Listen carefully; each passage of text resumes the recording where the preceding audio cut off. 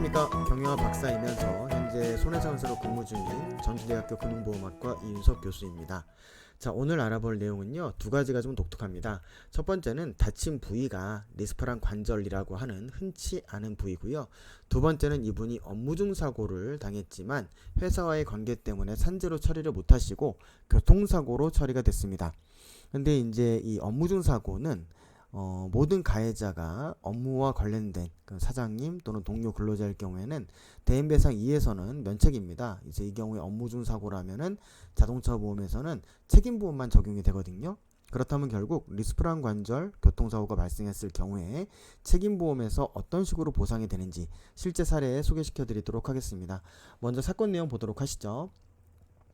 자, 이분은 이 동료 근로자분하고 도로공사를 위해서 같이 나가셨어요. 나가서 장소에 도착을 했겠죠. 도착을 해서 내가 이제 봉고차를 좀 후진을 해야 되니까 동료분이 나가서 내가 봐줄게. 그래서 후면을 봐준 거예요. 그러면 결국 운전하던 분도 동료 근로자, 뒤에 후진을 봐주던 피해자분도 동료 근로자, 그 차량은 그 동료 근로자분의 차량, 이렇게 됐던 거죠. 그래서 봐주다가 이 차량 운전자분, 그 동료 근로자분이 이 뒤에서 이렇게 후진 지시를 해주던 그 피해 근로자분을 못 보고 그분의 발등을 이 바퀴가 역과한 겁니다. 역과하면서 뼈가 골절이 됐죠. 근데 이제 발등을 밟다 보니까 리스프란 관절이라고 하는 부위가 골절 및 탈구가 됐어요. 보시면 여기에서 이 부위가 리스프란 관절이거든요. 발등 뼈죠. 이 발등에 있는 중족골과 족근골 사이에 있는 관절을 우리는 리스프란 관절이라고 합니다.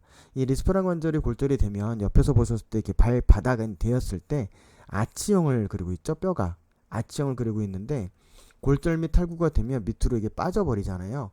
그럼 이렇게 수술을 해놔도 옛날과 같이 정확한 아치형을 형성하지 못한다거나 관절염이 호발하는 경우가 있습니다. 그것 때문에 리스프란 관절은 사실 굉장히 좀 머리가 아픈 그 부위이기도 하죠. 근데 어쨌든 이렇게 큰 상해를 당하셨어요. 진단명 보시면 제 1번에서 4번 중족골의 골절 및 탈구, 리스프랑 손상이라고 되어 있죠. 종골의 골절, 즉 골절되면서 뒤에 있는 종골도 약간 골절이 됐습니다. 그리고 발의 쐐기뼈라든가 입방골은 모두 족근골입니다. 그럼 중족골과 족근골이 만나는 리스프랑 관절 손상이 동반되어 있는 골절 및 탈구, 이렇게 되어 있는 거죠. 자, 그렇다면 이 리스프랑 골절 및 탈구, 이 경우에 후유증은 어떻게 판단이 될까요? 죄송한 말씀이지만 교통사고라든가 이 손해배상에서는 발목 관절 그리고 발가락 관절, 이 관절의 움직임이 제한이 있을 때만 이 후유장애에 대한 기준이 있습니다. 즉 이 발목 관절 또는 이 발가락 관절의 움직임에 제한이 있어야 돼요. 운동각도. 근데 리스프란 관절은 어디죠? 이 발목 관절을 형성하는 게 아니라 이 앞에 있죠. 즉 손으로 치면 팔목 관절이 아니라 팔목 관절 위에 있는 뼈죠. 즉 이 관절은 원래 움직일 수 있는 관절은 아니잖아요. 뼈하고 뼈가 만나니까 관절이긴 하지만 이 발목 관절처럼 움직일 수 있는 관절은 아니죠. 근데 맥브라이드 방식은 발목 관절에 대한 운동 제한만 있다는 거죠. 그렇다 보니까 실제 신체 감정 사례를 봐도 리스프란 관절에 대해서 이 준용에서 이 발목 관절은 아니지만 이 관절염이 호발하고 그만큼 고생을 하는 걸 준용해서 발목 관절에 준용해서 장애율을 주는 감정 사례가 있는가 하면 엄격하게 리스프란 관절에 대한 맥브라이드 평가표가 없으므로 관절염 발생하고 후유증이 남은 건 알겠지만은 적용할 테이블이 없다라고 하는 신체 감정 사례도 있었습니다. 근데 이 케이스는 지금 책임보험이잖아요. 그럼 책임보험 같은 경우에는 어떤 식으로 산정이 될까요? 제가 미리 메모장에 정리를 좀 했는데요. 책임보험은 이렇게 부상보험금이랑 후유장애보험금이라고 하는 두 가지가 지급이 됩니다. 이분 같은 경우에는 업무 중 사고인데 동료 근로자분 가해자도 산재 적용이 되는 케이스고 사장님도 산재가 적용이 되기 때문에 결국 이 케이스는 무조건 산재 면책이 대인배상 2에서 적용이 되고 결론적으로 자동차 보험으로 처리하려면 책임보험만 할 수밖에 없어요. 그래서 제가 여쭤봤죠. 산재는 왜 안 하셨습니까? 물어봤더니 회사랑 관계 때문에 회사에서 월급도 치료기간 동안 다 주기로 했고 또 계속 일을 해야 되기 때문에 그냥 산재 처리는 안 하기로 했다 말씀하시더라고요. 그러면 결국 책임보험으로만 보상 청구를 할 수밖에 없는 상황이거든요. 이분 같은 경우는 부상보험금, 책임보험에서 지급되는 게 부상보험금이랑 후유장애 보험금이 있는데 부상보험금은 이렇게 치료비, 휴업손해, 간병비 이렇게 지급이 됩니다.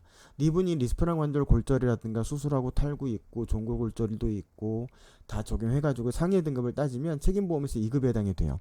그러면 치료비는 어차피 병원에 들어갔을 것이고 휴업 손해는 회사에서 월급을 다 줘버렸기 때문에 발생하지 않습니다. 근데 간병비는 받아야죠. 간병비는 2급이면 30일까지 최대 30일까지 지급이 되는데 이분이 총 24일만 입원하셨어요. 그럼 그 당시 2022년 상반기였고 합의는 이번에 됐거든요. 그러니까 오랫동안 치료를 받으셨죠. 2022년 상반기 기준으로 일용임금이 11만 5,255원이었기 때문에 2급에 해당하는 간병비 30일 한도 내에서 24일 실제 입원한 기간을 곱하면 276만 원 정도가 산정이 됩니다. 그럼 부상보험금에서 청구할 수 있는 건 이 276만 원이에요. 그리고 후유장애를 따져봤어요. 근데 문제는 아까 말씀드렸죠. 맥브라이드 방식이라든가 책임보험에서도 등급 잠깐 볼까요? 자, 이렇게 있습니다.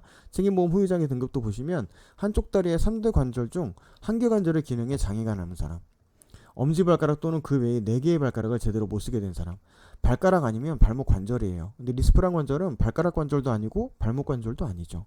그러다 보니까 이걸 적용할 수 있는 장애 테이블이 없어서 이분이 굉장히 오랫동안 치료받으면서 장애를 받기도 어렵고 하다 보니까 고생을 많이 하셨다는 거죠. 그러다 저한테 이제 뒤늦게 연락을 주셔가지고 멀리까지 가서 만나 뵀었습니다. 만나 뵙고 그리고 이제 받아가지고 저도 알아봤어요. 이게 지금 많이 고생을 하셨고 딱 적용할 수 있는 테이블이 없어서 장애를 준용할 수 있는 건 없을까라고 고민하고 여기저기 알아본 끝에 그 준용장애를 받을 수 있다는 회신을 받아가지고 이렇게 자문을 시행한 겁니다.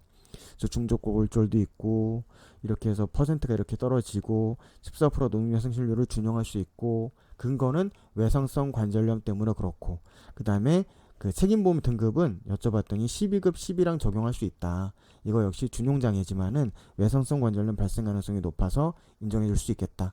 이렇게 답변을 받았습니다. 그렇게 해서 처리가 들어갔어요. 그럼 이렇게 선정이 됐는데 12급이면 얼마일까요? 자, 볼까요? 메모장이 여기 있네요. 12급이면요. 12급 한도가 1,900만 원이에요. 얼마 안 되죠. 근데 장애 등급을 받는 것 자체가 너무 어려웠으니까 이 12급 한도로 1,900만 원이 잡혔습니다. 그러면 이 12급 한도에 1,900만 원을 다 주는 게 아닙니다. 다 주는 게 아니라 이 한도 내에서 실제 손해만큼만 줘요. 근데 이분이 정년 65세에 도달하는 날과 장애 판정일이 9월 25일이었습니다. 2023년.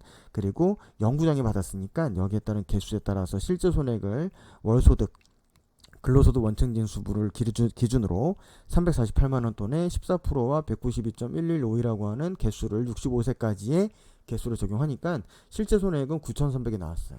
하지만 책임보험은 어떻게 한다고요? 후유장애 등급 한도 내에서만 준다고요. 그 등급 한도가 발목에 대한 관절은 12급, 10급, 8급이 있는데 리스프란 관절은 발목을 형성하는 뼈는 아니었기 때문에 사실 이게 리스프란 관절이 골절됐지만 발목에 제한이 있어요 라고 얘기를 해야 되는 그런 상황이었거든요. 그러다 보니까 12급 한도밖에 잡힐 수가 없었습니다. 어쨌든 이렇게 1,900만원 한도가 잡혔죠. 그럼 어쨌든 이 9,300이 1,900 한도 넘어가잖아요. 근데 이렇게 저희가 청구를 하면 보험회사에서 알겠습니다 하진 않아요. 왜냐면 리스프란 관절은 엄밀히 말하면 발목 관절이 아니니까 보험회사 측 자문위는 당연히 다른 얘기를 했죠. 하지만 이런 근거들 외상성 관절염에 대한 부분이라든가 치료 이후에도 상당히 고생을 많이 하셔야 되는, 그리고 관절염이 한번 생기면 관절염은 없어지진 않습니다. 증상이 좋아졌다 나빠졌다는 그 차이만 있을 뿐입니다. 그래서 그런 부분들을 좀 강력하게 주장해서 12급 한도액 그 다음에 간병비까지 다 받았던 그런 사례입니다. 여러분들 이게 뭐 리스프란 관절 골절 및 탈구 진단서 보시고 병명 보고 보시면은 이게 뭐 어느 정도 구체적으로 어느 정도 다쳤는지에 대해서 알 수 없는 경우도 있어요. 보시면 이분 같은 경우에도 자 그냥 골절 및 탈구로만 돼 있지 관절 손상이 얼마나 있는지는 알 수가 없잖아요. 그럼 당연히 영상 판독지를 봐야 됩니다. 봤더니 인트라아티큘러 커뮤니티드 컴플렉스 프랙처라고 해서 관절 내 분쇄 복잡 골절 탈구가 동반된 봤습니다. 그럼 당연히 리스프란 관절 손상이 있겠구나 라는 걸 유추할 수가 있었던 그런 사건이었죠. 그래서 검토하고 장애까지 받아서 원만하게 처리가 될 수 있었던 그런 내용이었습니다. 저 혹시 궁금한 점 있으시면은요 저희 컨텐츠 이렇게 밑에 보시면 확대해서 보겠습니다. 컨텐츠 밑에 보시면 이렇게 역삼각형 모양이 있죠. 여기를 눌러주시면 그 밑으로 상담 신청 링크가 있습니다. 여기도 눌러주시면 저한테 이렇게 상담 신청 링크가 뜨는데요. 이 작성해서 저한테 눌러주시면 저한테 메일로 들어옵니다. 그래서 제가 메일 확인해서 전화를 드리고 있으니까요. 그렇게 궁금한 점 있으시면 상담 남겨주시면 되겠고요. 그 외에 궁금한 점은 포털 검색에서 손해배상사 이윤석을 검색하거나 아까 말씀드렸던 상담 신청란 이용 부탁드리겠습니다. 자, 리스프랑 관절 골절로 인한 교통사고 책임보험 실제 사례 소개 마치도록 하겠습니다. 좋은 하루 되십시오.